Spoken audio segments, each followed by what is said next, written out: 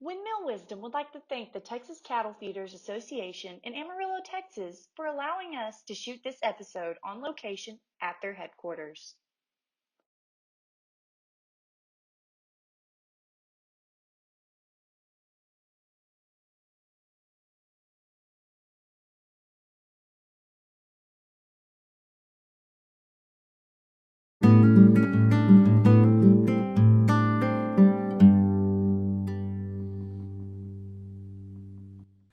All right, thank you guys for joining us for another episode of Windmill Wisdom. I'm excited today to have a really interesting panel here. I'm going to go around and introduce each one of them, and then we're going to jump right into our topics.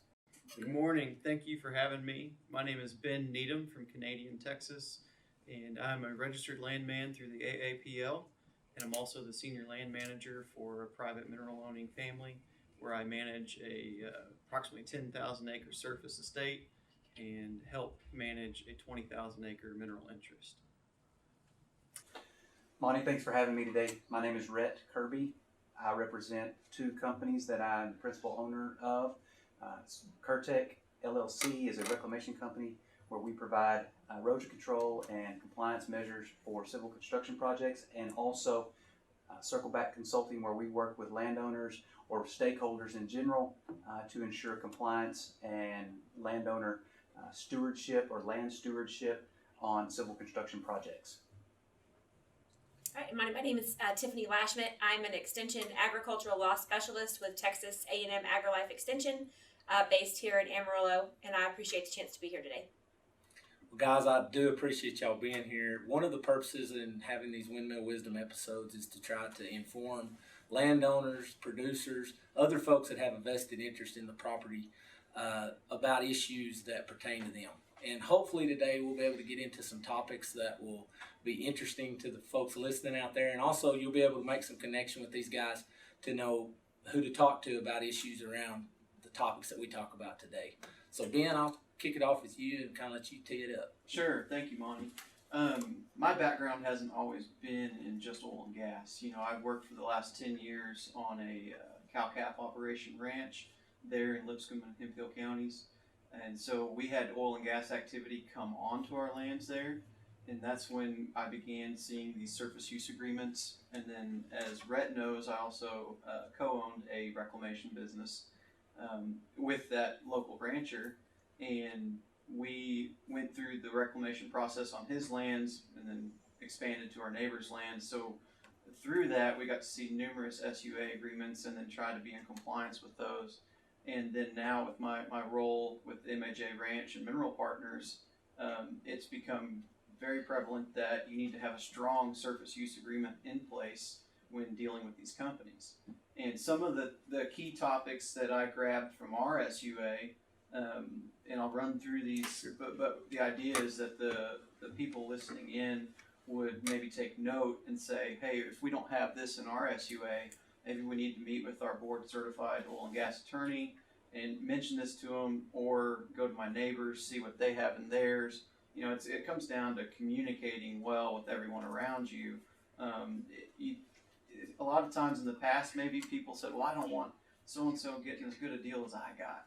But when you're dealing with these big companies, the more you know as a landowner or mineral owner, and landowner includes rancher, you know, you may be a surface tenant. The more you know about SUA and how it protects you and what leverage you have, the better off you are. So quickly, water usage is one of those items that you need to go through, not just getting paid for, but you know, what does that look like? Are they allowed to use stock tanks? Are they allowed to use riparian areas? Are they allowed to drill wherever they want as far as a water well goes? Quick side note, you do need to make sure that the water meter is at the wellhead and not at the frac pit or wherever, you know, the water inlet may be used, because nature of the beast, line breaks happen. So you want to be paid as soon as that water comes out of your ground. You don't want to find out that 20,000 barrels spilled on the pasture, which makes it green, looks great, but you got no money for. Construction materials is another item. So if you have caliche on your own property, that's a great, you know, side business. You could get paid a little bit. And I'll talk in a minute about the university land and damage rate schedule. which gives you an idea of what caliche may be worth. Now, it's just a broad idea. I think Tiffany may know more than me on this, but it may cover the entire state. So just because the university lands schedule says such and such per ton or such and such per yard doesn't necessarily mean that that's what you can demand in your area.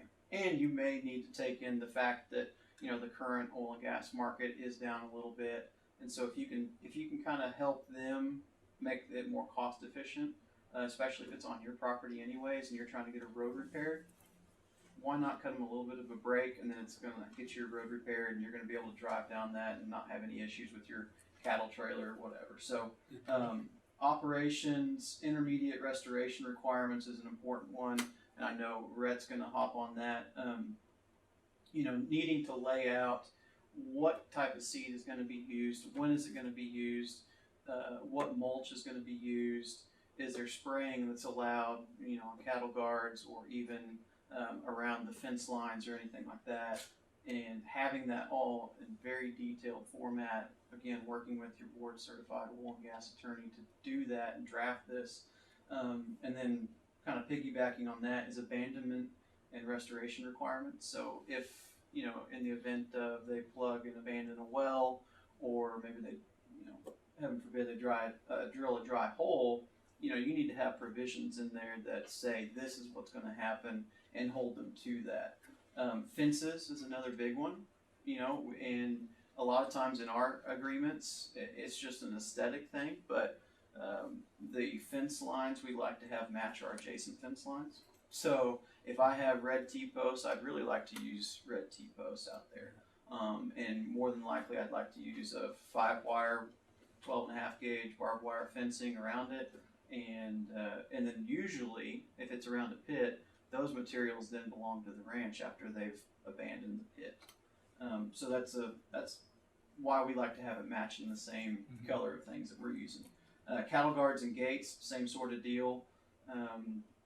Those generally become property of the landowners after they've used them and they've been installed.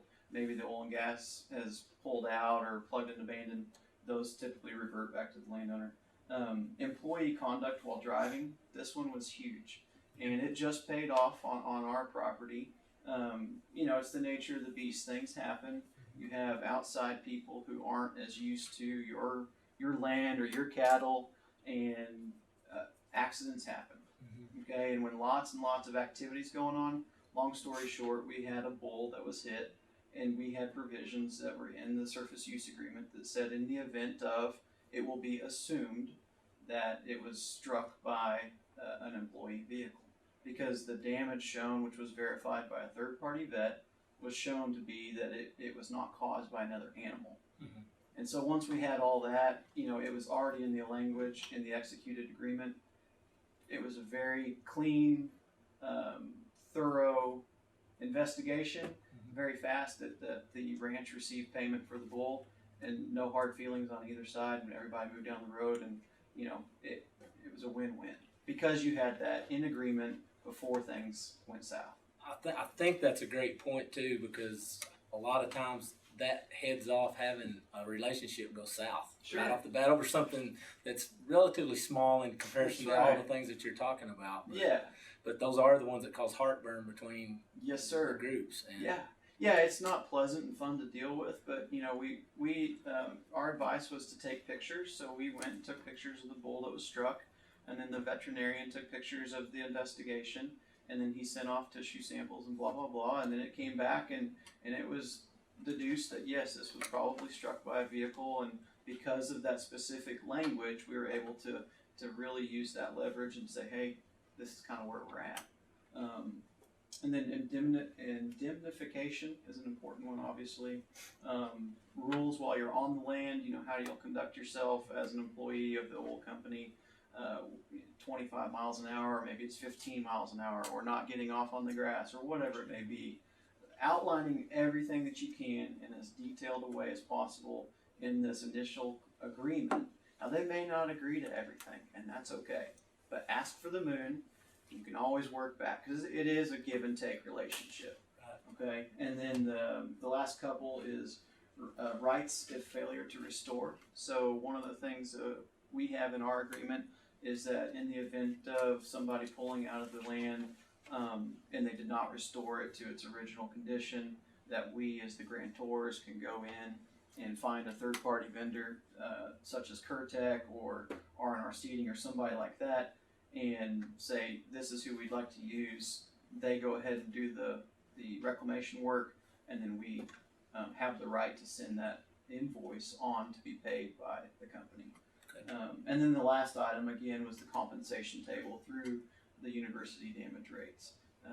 It is a great place to start, but it's not an end-all be-all. It varies, as everyone knows. If you're down south, I mean, the damage rates are astronomical, and then if you're in other areas, it may not be as great.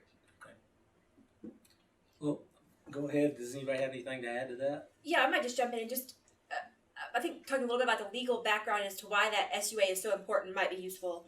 And part of the reason is that in Texas, the surface estate is, the mineral estate Correct. is dominant to the surface estate, right? Correct. And with that, you get a lot of automatically implied rights to a mineral owner. And so a lot of those things you're talking about, if you haven't agreed to how that's going to play out, the law is in favor of the mineral owner. Every time. So, for example, on the caliche, right? If you haven't had an agreement about you can use caliche or not, or how much you're going to be paid for it, they just have the automatic right to use it. And so I don't think you can overstate the importance and the value of having a surface use agreement, given the way the law works and it really favors the dominant mineral owner in Texas. Yes, and something that may be difficult and it's happening more and more in today's time is that the mineral estate and the surface estate have maybe been severed. And so when the mineral owners are negotiating this oil and gas agreement, the landowner, the surface owner, may or may not have the opportunity with the oil field to negotiate an SUA. And so in that case, it becomes, in my eyes, vital, invite that mineral owner who may be absentee. This may be granddad's estate, and they live maybe in Ohio or something. Invite them out to the ranch. Say, come out, I'll show you around. This is your granddad's homestead, whatever it may be. Get to know them, open up that door so that then you could say, next time you're in an oil and gas lease negotiation, I'd really like a seat at the table to negotiate a surface use agreement. Mm-hmm. Or could you negotiate on my behalf, and here's some things that we'd like to see implemented. I think that's great advice. And again, when we're looking at Texas law as compared to some other oil and gas producing states, we don't have a required surface use agreement statute. Other states do, right? So like Correct. Oklahoma, New Mexico, Pennsylvania, all these other oil and gas states, you have to enter into a surface use agreement with a landowner to protect that surface. We don't have that, and so it's really dependent, like you said, on the surface owner taking some initiative to make sure that happens. Absolutely. And I'll step back a little bit, and from my perspective, Ben plays a unique role in that he's essentially, and correct me if I'm wrong, but this is a very layman perspective, a landman for the landowner. Correct. I mean, so keep in mind that landmen, because I think the perception within the public is that a landman is an employee of the oil and gas company. Correct. Whereas that does not always have to be the case. Whereas a landowner can obtain those types of services to ensure that their surface or mineral assets are overseen and protected by somebody that's trained and can really help them. So, exactly. So I think that's a true benefit for landowners to at least understand that services like yours exist. Yes, yeah, and they don't have to have an attorney. I mean, they probably will want an attorney, but you play a separate function in helping that negotiation process move forward. Correct. So, yeah, the ranch likes to refer to me as boots on the ground. They say, we have our attorney, and he is excellent at what he does. He is board certified, but that doesn't necessarily mean that he knows of the day-to-day operations. And really, that's where I can step in, or with my reclamation background, same as Circleback and Kertec, is that you know this science-based stuff on taking care of the surface. And, one of the things I said in my email was trying to preserve this legacy of Texas lands. Rhett and I have talked to an extent about what a unique situation we're in, and what a blessing it is to live in Texas, and then to have this responsibility of taking care of these lands. And that's what I think people tend to forget. Because I think in Texas, and Tiffany, correct me if I'm wrong, it truly, the responsibility lies in the landowner to ensure that their surface is protected. And so therefore there's awareness and education that is the responsibility of the landowner. And so, because otherwise it defaults, that process defaults to be very beneficial to the oil and gas or whoever the company is that's coming to work with you. So as a landowner, having awareness is very important. And that's a great point. And we're gonna have to go to a break here for just a second. But I'm really excited to hear the interaction here, because if you're a landowner, what I'm getting from this is the responsibility's on you, and no one's gonna take this on to help you with this if you're not taking the initiative to do it yourself. So when we come back, we'll get back into this a little deeper. Windmill Wisdom would like to thank Benjamin Needham, registered landman and senior land manager, for appearing on today's episode. He has extensive experience with returning damaged lands to grazable acres, utilizing the surface use agreement as a negotiation tool, and has done extensive land and mineral title research. To contact Ben, you can go to the ME Quick link /Ben Needham, or you can click the ME Quick link in the video description below.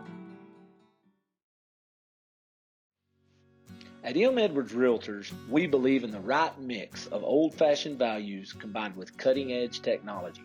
We know presentation is paramount, and we are serious about high-quality video, photography, and maps.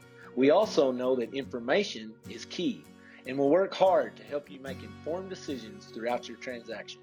Not only are we your real estate professional, our team has experience in farming, ranching, ag lending, conservation, and risk management. Whether selling or buying, let our experience go to work for you.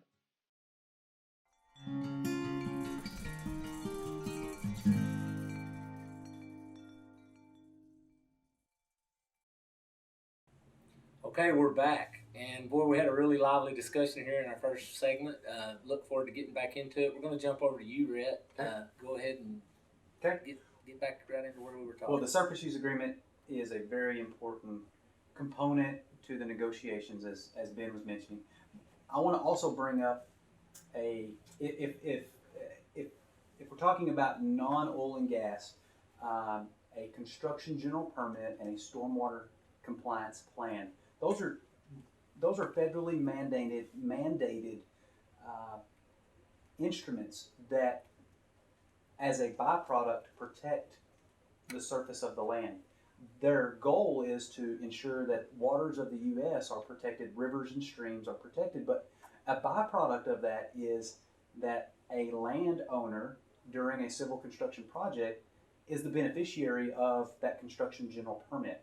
So this is kind of a unique way of thinking about how a landowner, through awareness and education, can ensure that their surface and land are protected by being a part of that construction general permit and that stormwater compliance plan. So what I encourage landowners to do is to work with that civil construction company to understand what that construction general permit requires, which it requires a stormwater protection plan, which has it's a pretty in-depth plan for erosion control measures.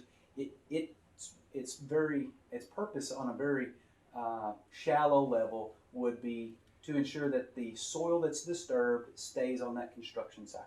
So, which is ultimately, as a landowner, what you want to happen. You don't want your soil to run off down into the river, because then you have no soil to revegetate your land with, and that's what a permanent scar is. So I encourage landowners to really be a part of and potentially include in the negotiations certain roles in the stormwater plan as a landowner to actually function in that process.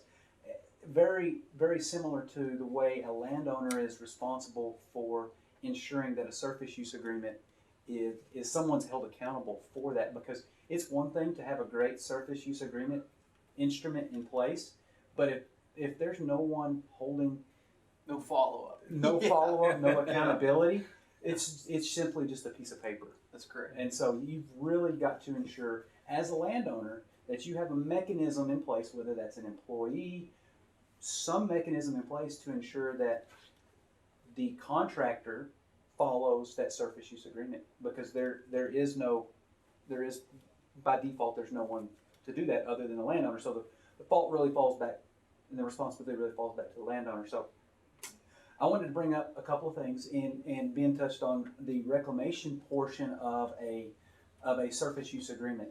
I have seen surface use, and so my experience stems all the way back to USDA, NRCS, the native grass seed industry, rolls into where I am today. So I've actually been a part of landowner problems, I guess you could say, where they did not have a good surface use agreement, and it's like, kind of like, uh-oh, what do we do? Well, some of these surface use agreements that I've seen may be include a one line that says the area will be reseeded. It doesn't really say what it'll be reseeded to or how it's going to be done. Yeah. So there is, it's very ambiguous, to the point where the contractor simply may throw out some seed out the window, get an invoice for the seed, and say it's done, which we all know that simply throwing seed out the window, it's going to blow away. I mean, so it's really there again, the responsibility of the landowner to ensure that their surface use agreement has language in place that protects them and provides instructions to the contractor. And some of those things are erosion control measures, whether that's silt fence, wattles, temporary mulching to make. Ultimately, the goal is to keep the soil in place so that you can reseed at a later time. You want to stockpile your topsoil. You don't want it to get mixed in with your subsoil, which you can accomplish that through double ditching. So that's something that needs to be written and ensure is done, is that you ditch the topsoil over to one side and you ditch the subsoil over to the other side. The topsoil is then stockpiled and temporarily stabilized. You need to have a seed blend identified.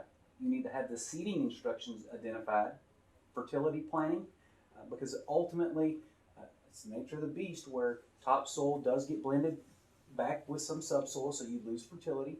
So there needs to be fertility included.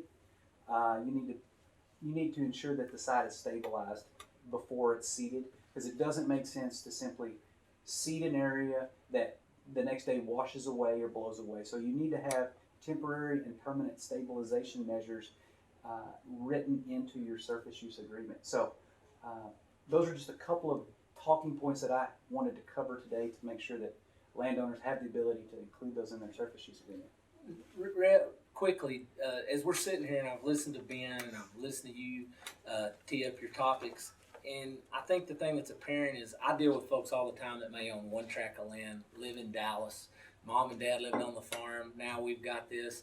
I live in a municipality. I'm used to people enforcing code, Right. zoning. I don't realize that even when I write something in a contract, there's not someone there to make sure that it's done. Right. A good point or a good question I think that people probably would ask is, if I am in that situation, are there groups or people that I can come to kind of hire to Sure. help head that up for me to make sure that that's getting done correctly? Well, I'll answer that question in a couple of ways. I think you could hire somebody like Ben. You could hire Circleback Consulting, which is one of the companies that I own, which is what we do. We work with landowners on a project per project basis where we help ensure these things are included. And Tiffany may know of other opportunities and ways to have for a landowner to interact with a group or a person or somebody. Yeah, well, I mean, one thing I might add, and this sounds a little bit simple, but I think it's important, is if you are an absentee landowner and you've got a tenant on the property that's, raising cattle or cotton or whatever, there's your eyes on the ground, right? And there's some benefit to having a good tenant who will pay attention to that sort of thing and help deal with those kind of issues. So that's another way. That's a good idea. You've already got a relationship with them, and they have an interest in making sure that the land is protected as well. Absolutely. That's actually how our operation's set up to some extent, because the ranch is split. And so there's, roughly 2,000 acres in one county, then there's 8,000 acres in another county. And I can't be in, all these places at one time. And fortunately, we are blessed with a wonderful tenant that is very knowledgeable of all the land that he operates on. and he looks out for us in that way and says, hey, so and so's not holding up their end of the deal, or hey, I saw this erosion, and sends a picture. Guys, a picture is worth 1,000 words, because then it's so easy for me. I could be in the office, or I could even be out of the office, and he'll send me that picture and say, hey, this is on the 13-1, blah, blah, blah. And so then I can just shoot that email right off to the oil and gas company or the energy company, say, hey, we have an issue, let's go ahead and, remedy that. And I'm telling you, they are right on it. Mm-hmm. Well, it can seem overwhelming. If you're hearing all this for the first time and you hear all these issues that come up, I think having that person on the ground, that's a great idea. And then also probably when you get into specialty issues, not being scared to look for answers. Sure. And I think today having you guys in this room, it's a good example of three folks that have a lot of background around these issues. And so I thought that was a good point to bring up. But thanks again for that suggestion. Sure. Any other questions that y'all would have for Rhett around this topic, or any points to make around the reclamation? And one thing I might add, I think when you're looking at whether you're a mineral owner or a surface owner, reclamation is something that's easy to overlook, right? Because if you're a mineral owner, you got dollar signs in your eyes, right? And you're worried about the royalty and the bonus and those sort of things. When you think about the importance of reclamation and how that really having a legacy earlier, how making sure you ensure those terms to protect that legacy, that is really something that's important and needs to be considered. Just like the different clauses that may seem, more exciting when you're negotiating them. And the other thing I might add too, these oil and gas leases a lot of times will last for decades, even centuries. And so it may not just be something you're worried about for yourself, but you're trying to protect this land for your kids, your grandkids, etc. Right. And just negotiating some terms, knowing the importance of doing that and working with somebody who's effective and knows what to ask for, I think is really important. And it really is a science-based, reclamation needs to be treated as a science-based discipline, because pipeline companies are good at putting pipeline in. Solar farms are good at putting solar panels in. That's not their discipline. So really leverage the expertise of someone that has a background in reclamation science to ensure that legacy is protected, because sadly I generally am called on projects after it's a problem and you see a scar on a piece of land that's going to exist for generations, and that's really sad, and that's really what drives me to want to be a component on the front end of these projects, to where we can have these conversations that actually protect the surface, protect that Texas land, that the legacy that we all hold so dearly. So we take a lot of pride in Texas with the fact that we have so many property owner rights, but I think it's a good thing to point out. It's a huge responsibility. It is. And we need to get it right. I mean, if this next generation can get it right, we can be an example maybe to help some other places follow the lead of what we do here in Texas. Right. Absolutely. Right. And I'll kind of mention something along the lines of what Tiffany was saying during the break, was these oil and gas agreements, for example, or energy agreements, can last a very, very long time. And sometimes nobody knew any better. And so that's why if you go ahead and list every single interest that you have in taking care of, list it up front, work through it, find an agreement, it may hold for decades to come. And so we're just trying to be diligent, do our due diligence, take care of the land as best we can now. We don't know everything that's going to happen in the future, but if we can tee it up for this next generation of ownership, and that we did the best we could, they're going to be thankful to us. And then also these companies, I think oftentimes they get a bad rep, and that's not always the case. A lot of the operators we deal with, we have a very strong working relationship with, because they genuinely want to be good stewards of the land. But tying back to what Rhett said, they don't always know how. And sometimes they just want you as a landowner or as the agent or as the hired consultant to say, this is how we do it. This is how we work together. I'll show you how to take care of the land. Let's work together. Everybody's happy. And that's one other point that I might tag into there, as you're talking about all these oil and gas companies, they have guys that really are trying to do, the best that they can. Get a good relationship with them. I mean, there are a lot of those, I'm a little biased here. I've got a husband and a dad that work for a pipeline company. And I'll tell you what, they're also farmers and ranchers. And I promise you, when they're out there on your land, they're not going to treat it different than their own. They're trying to, do the right thing by you, etc. And some companies have that, some may not. Right. But have a good relationship with those, people that are on the ground, boots on the ground, out there working. That can go a long way as well. Communication is key. If you're unsatisfied with something, just make a phone call. And if you don't know who to call, go out on your property and find the guy that's at the well and ask him, hey, I have this issue I'd like to bring up. Who should I contact? He'll more than likely pass along his field supervisor, and then that field supervisor will put you in contact with the right person within the company. It's pretty easy, but sometimes people will say, well, I called Tulsa, or I called Oklahoma City. I never got a phone call back, or I sent an email to the general inquiry that got lost. That happens so many times. So just drive out on your property and ask somebody. Communicate is key. And if you can start that line of communication on a good foot and not just jump down their throat and say, I got all these problems or all these issues, because maybe they aren't really that big as they may seem, or maybe they're already working on your behalf behind the scenes to get it taken care of. Right. And so once you guys start to communicate and realize, okay, they have the seed crew coming tomorrow to seed and reclaim this pit, oh, well, now all of a sudden I'm at ease. Right. Well, and the thing we do want to avoid are those scars. That word, when you said it kind of dug in. I mean, that sticks with you when you hear that bit.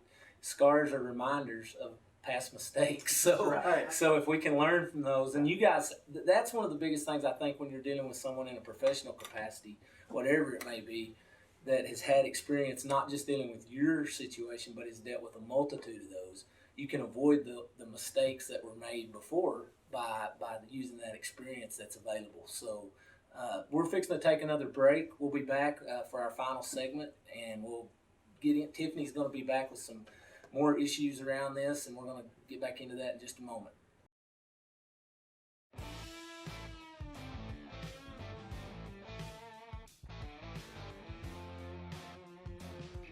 Windmill Wisdom would like to thank Rhett Kerby for being a participant in today's episode. He is a principal owner for Kertec LLC, where they offer precision reclamation seeding, in which they specialize in reclamation seeding in oil and gas, wind energy, mining industries on right-of-ways, and disturbed areas. To contact Rhett, you can go to the ME Quick link /Rhett Kerby, or click the ME Quick link in the video description below.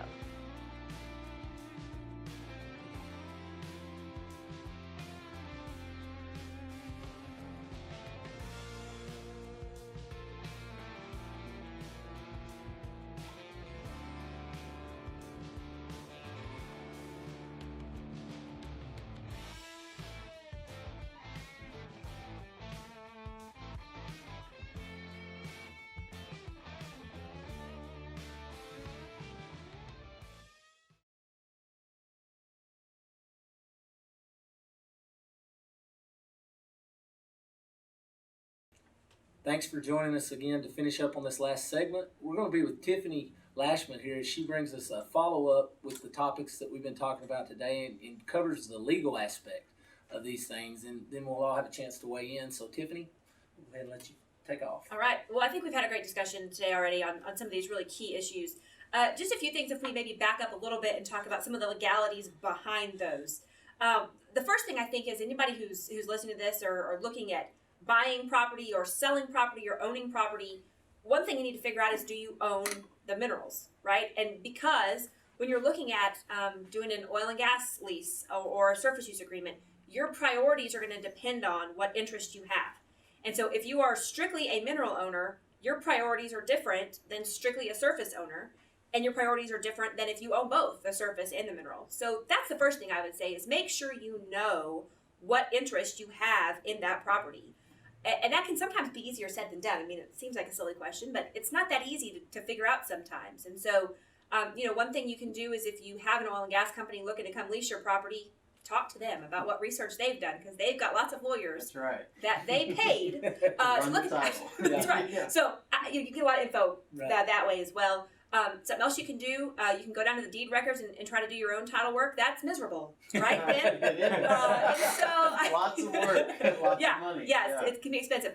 But one thing to look at is hiring a landman, somebody like Sure. Ben, who's trained that way to go run a title opinion for you and figure that out. So I think that's step one, is make sure you understand what interest you own, because I think that really instructs you what your priorities are.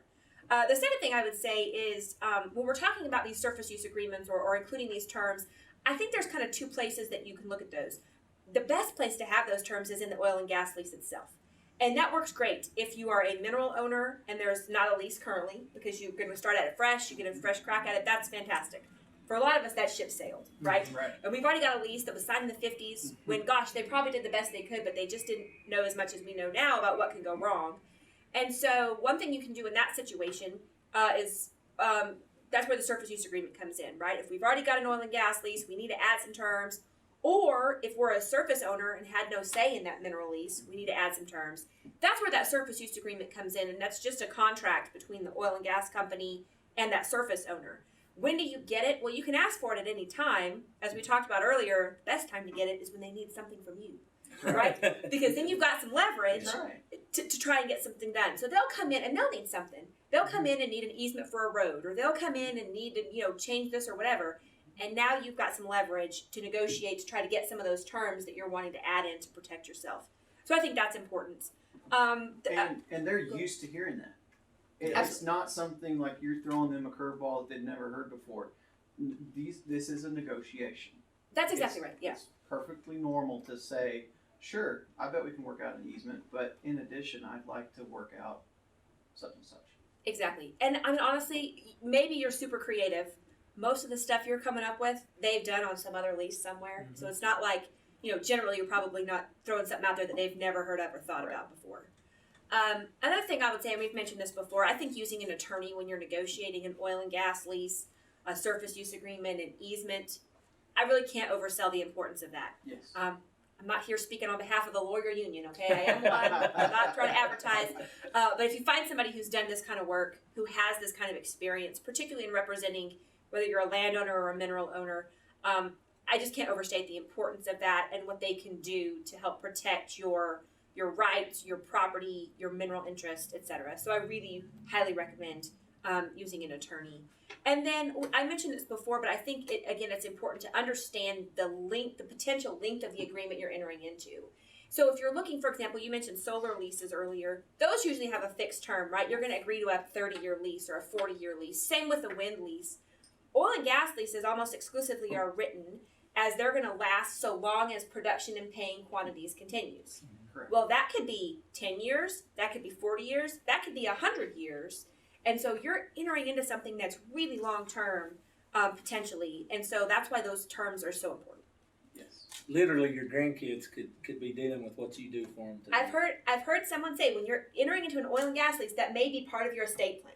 That's right. And I thought, man, that's a really good point. Right, that is a good That's right. point. Yeah. No, I think piggybacking along the importance of an attorney, a lot of times people will go out and visit with these attorney firms and say, hey, this is what I'm interested in, and maybe take them to lunch, or they get taken to lunch, and you start hearing how much these hourly rates are or what have you. Guys, that is pennies when you're dealing with stuff like this on damages, on royalties, on bonuses. It's so worth your time to have a professional. Again, it goes back to who has the experience in this field. Rhett in reclamation, Tiffany in law, myself in land, you in real estate. I don't try to dabble in those other areas, and it's probably likewise for y'all. That's why it's so important to say, okay, I'm going to pay so-and-so, but the $3,000 or $5,000 agreement they're going to draft me could reap $100,000 or whatever it may be in damages. Well, just look at the example. I mean, the bull example that you used earlier is a good one, right? I mean, you had somebody write up a lease. That paid for itself right there. Immediately, because just the back and forth, if you had to try to sue and bicker over, was it your fault? Do you have to pay? What's that bull worth? Yeah. you look at hourly rate, you've spent more in just that one tiny kind of minuscule issue, Right. in the context of a lease, than you spent to get the entire lease drafted by an attorney. So that money up front, I just don't think you're ever going to regret spending the money up front to protect yourself on the back end. And I just attended a Royalty Owner Institute there in Canadian. Highly recommend this coursework. It has multiple areas for you to work in. There's ROI, there's Royalty Owner Institute Advanced, there's Wealth Management and Estate Planning, and then there's also Surface Ownership and Opportunities and Issues. All these are different courses, but in that they were talking about the importance of having these attorneys, and not only is it just an attorney, but a lot of times you really do want to pay the extra for a board-certified oil and gas attorney. This is what they do day in and day out. And there was unfortunately an example of some mineral owners who are over in way East Texas who did not have that kind of background with their attorney, and unfortunately entered into some lease agreements where their best interests weren't looked out for. And they were kind of at the mercy then of the oil company or the energy company. They had some other energy interests out there. And so, again, that's why it's important. Find the professional that knows the ins and outs of your land. I think I was thinking in my mind, it's a real basic analogy, but almost like when you're going to the doctor, you've got your general practitioner, but you need to go to a specialist. Sure. Right. You really do need to go to that person that's treating that. You wouldn't want to go to a foot doctor if you had a heart problem. Right. So, Bingo. so that's a point that I think's, one that it's easy. We sit and talk about it. It seems simple, but if you don't think about it, a lot of times I think you do. You run down the street to your general practitioner attorney, and he would even probably rather you take it to someone that has that level of expertise. So yeah, and hopefully as it becomes more in depth, or maybe you are dealing with some other savvy parties that the attorney would say, hey, this really isn't my area of expertise, but I'll pass on so and so. Well, and the goal is to stay out of court. I like what Tiffany That's said. right. I mean, the goal is. Nobody wants to be the in goal court. is do this legal on the front end, so you're not in the That's courthouse. right. Look, if that first attorney who drafts you a lease or a contract does their job, you never end up in a courtroom. Right. But that's the goal That's right. of that first Sure. attorney. Yeah. I think a lot of times we don't realize that, even in the good book, it talks about not getting drug into court, but you can avoid that with a little bit of upfront work and foreknowledge. That's right. This has been great, what we've talked about so far. I think, again, I want to bring up the point, too, with Tiffany, the resource that she is. And the AgriLife Extension Service provides so much in Texas that I think many, many times people don't overlook, but maybe just don't think to go to their county extension office. And I would like for you, if you take a minute to tell us, if a person wanted to go through that channel, what would be the way to get to you? Yeah, sure. I appreciate that. And the kind words for extension. I think you're right. I think that we can not necessarily be overlooked. I just think maybe they don't realize the scope of what we do. Exactly. Right? If you need help with a cow, you're calling extension. Right. You may not think of us when you're talking about an oil and gas lease. And so, the first place I think ground zero for extension is talk to your local county extension agent. Yes. They are great resources. They can get you in touch with our other resources. They're right there in the county. So that's the first thing I would say is visit with your county agent. There are specialists like me located around the state as well. I'm certainly happy to talk to anybody by phone, by email, heck, by Twitter. That's how we got here today. So I'm glad to do that. And then we've all got resources as well. There are different programs, and I think Ben's going to mention a couple of those. But I've also got some resources that are online. For example, I've got a podcast that I do where I have interviewed different oil and gas attorneys and multiple different topics, but oil and gas specifically. You can go listen to that for free. It's me talking to a lawyer, giving you some advice for about half an hour to an hour. Yeah. So that's free. I've got an oil and gas leasing handbook for folks. There's a chapter in there for surface owners. There's a chapter for mineral owners. There's a chapter if you're facing eminent domain. That's available for free on my blog. And so I just really tell you, look into those resources, spend some time, because there's a lot of free information out there. And again, while I recommend you to go visit with an attorney, I also recommend you do some background research and inform yourself on at least some of the basic issues as well. I think something that we need to realize when we own land, it's a huge opportunity and a responsibility. Yes. And so many times we get it handed to us through inheritance, but each one of us probably is connected to it enough to know the hard sweat and work that it took to pay for every acre of that land that we own. Right. And we certainly want to take it serious when we have that responsibility, given to us. So I think that Tiffany also, and that may be the oil and gas book you mentioned, but recently you posted was it a landowner's manual?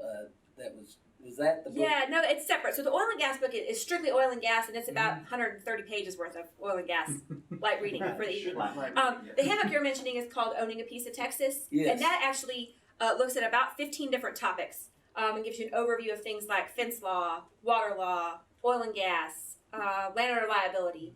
And that too is available for free to download on my website. You can just Google the Texas Ag Law blog, and you can get there. I wanted to mention that because from the real estate standpoint, that's a huge resource. I love that publication that you put together because it just it gets a lot of basic knowledge conveyed, and I love the way that you did it because it's written in a way where I think even if I didn't know a lot about what I was talking about, you opening the door to people to begin to understand it, and definitely getting into some pretty deep issues in there, but it's just a great resource, so I appreciate that. I think educating yourself is vital, especially if you may be a first generation, okay? You may just have an interest in cattle or in land, and you decided to go off on this venture, but you also may be second, third, fourth generation. And just because that's the way it's always been done doesn't, as we all know, doesn't necessarily mean it's always right. So educating yourself, and like Tiffany said, I do have a couple ideas. Of course, I'm from Hemphill County, so I'll kind of give them a little plug, but Andy Holloway is our extension agent, and Hemphill County Beef Conference is generally held in April, and I believe we're going to be in our 5th or 6th annual conference coming up this April. So that's a chance for you to not only learn about beef and cattle and all that stuff, but it's also they do grazing talks, and they do risk management talks, and another deal that we just started off last year was Hemphill County Oil and Gas Conference, and that's generally held in October. Last year was our first inaugural. I believe it's going to be the same this year. But we have industry professionals come. Last year it was more of the engineering side, but we did have some attorneys present. Level Law Firm was present, gave a presentation. This year they're going to try and focus more, I think, on the mineral owner and on the surface owner. And so, guys, these are $100 conferences that you can come attend for a day or two at most, and leave with a ton of knowledge from industry experts. And while they're held in a county, they're open to. That's right. Yeah, that's the point. Even to outside states, the beef conference and the oil and gas conference, we had people from Colorado, Oklahoma, New Mexico, of course, 19 counties, I believe, throughout the state were present. They had over 500 people. And so please come to those types of things throughout the state. And I'm sure Tiffany's office will have others that are being held. And again, there's the Royalty Owners Institute that you can find online. I've attended their basic course, and it was a 3-day course. It was top notch. I can't recommend it enough. Rhett, one other question in regards to this: Do you know of any resources that would be out there for the general public around reclamation that people, if they wanted to educate themselves, could attend? Well, not necessarily a conference, but Extension obviously has good reclamation documents. I'm sure there's some conferences through local landowner type meetings where they may address some reclamation. NRCS is that's generally where it's ultimately my background, but ultimately that's what we like to use NRCS specifications. If I was a landowner, I would want to see USDA NRCS specifications followed in my surface use agreement. Now NRCS can't provide those to you in a way of directly for your SUA, but you as a landowner can use them as a reference and ask USDA specification to be followed. Yeah.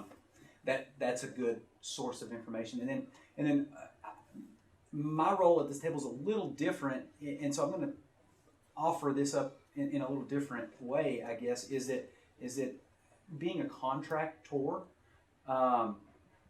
it's really hard to explain to the construction company. Let's say you're a landowner, you've already have these documents, surface use agreement in place, and now it's you dealing with the contractor, the construction contractor. Well, some of these large companies can't just hire anyone, so it's important to have a nearly a Rolodex of people, experts that you can direct your contractor to hire. And that's really one of the things that ultimately we try to do is be available to work for any landowner by having MSAs, master service agreements, with as many oil and gas, solar, wind companies as possible, so that we can be positioned to help the landowner. Because it doesn't make sense for me to be available to the landowner but not be able to work for the construction contractor. So that may be a speed bump to some people when, as a landowner, they go to their contractor and the contractor says, well, I can't hire so-and-so because they're not on our MSA list.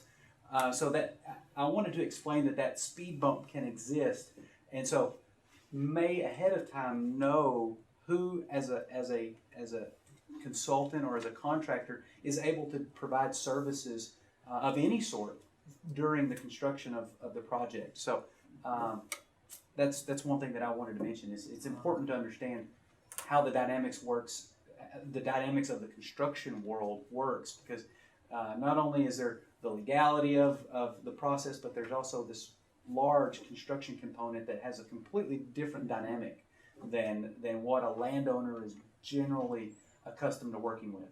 So it's encouraging to see that they're working it that way, though, where you're having these MSAs that will enlist someone that, like you stated earlier, in the reclamation sciences. Exactly. Right. Exactly. So, good point. Tiffany, anything? No, I mean, like you said, I think that the key here is just educate yourself. You've got great people that have resources, whether that's Extension or someone like Ben or someone like Rhett and his company. There's lots of opportunities like that, and I just hope people will take advantage of it and do the work on the front end to protect yourself from having a problem later. That's right. Right. Well, guys, it's been a lot of fun today, and we do want to thank Texas Cattle Feeders Association for allowing us to come and use their boardroom. They've been very hospitable to us, and we really do appreciate what Texas Cattle Feeders Association does. So if you see one of those guys, tell them that you appreciate letting us shoot Windmill Wisdom here, and we will be back with another episode of Windmill Wisdom. We're going to shoot a second episode here at Texas Cattle Feeders, so we're going to be releasing that shortly after this one goes out. We thank y'all for being here today, and thank each one of you guys at the table for taking time out to help educate landowners. Thank you. Thank you. Thanks, Mike. Ag-related legal questions?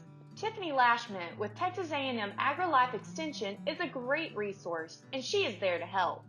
You can also visit her Texas Agriculture Law blog, that she keeps you up to date on various Texas ag issues, or her podcast, Ag Law in the Field, where she hosts a variety of guests that discuss their thoughts, experiences, and interests related to ag law. Windmill Wisdom would like to thank Tiffany Lashmet for appearing on today's episode. To contact Tiffany or to visit her blog or podcast, you can go to the ME Quick link /Tiffany Lashmet, or you can click the ME Quick link in the video description below. At M. Edwards Realtors, we believe in the right mix of old-fashioned values combined with cutting-edge technology. We know presentation is paramount, and we are serious about high-quality video, photography, and maps. We also know that information is key, and will work hard to help you make informed decisions throughout your transaction. Not only are we your real estate professional, our team has experience in farming, ranching, ag lending, conservation, and risk management. Whether selling or buying, let our experience go to work for you.